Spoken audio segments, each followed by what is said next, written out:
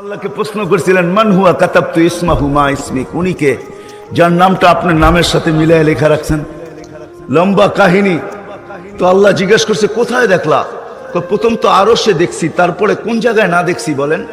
সব জায়গায় তো দেখতেছি। এখন তো জান্নাতের প্রত্যেকটা জিনিসে দেখি কলেমা খচিত লা ইলাহা ইল্লাল্লাহ মুহাম্মাদুর রাসূলুল্লাহ। উনি কে? তো আল্লাহ বলে চিনো না? আসলাম ওই তো জুমা 8 দিন কোত্থেকে চিনবো? আল্লাহ বলে লাউলাহু লামা খালাকতুকা ইয়া আদম, উনি না হইলে তুমিও হইতা না। হায় হায় হায়, জানেন না আপনি আমাদের নবীজির মর্তবা কত বড়, কত বড় নবী আমাদেরকে দিয়েছেন।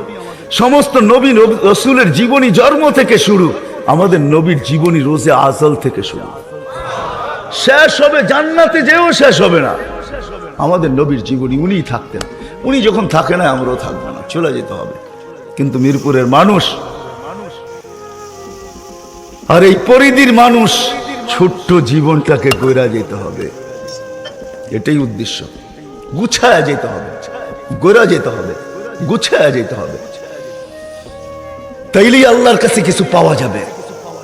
নাইলে দুনিয়ায় যতই পরিচয় রাখেন না কেন আপনি আর আমি, যতগুলোই পরিচিতির কার্ড থাকুক না কেন আপনার কাছে, আমার কাছে আছে, বাংলাদেশের বহুত মানুষ আছে একাধিক কার্ড বহন করে।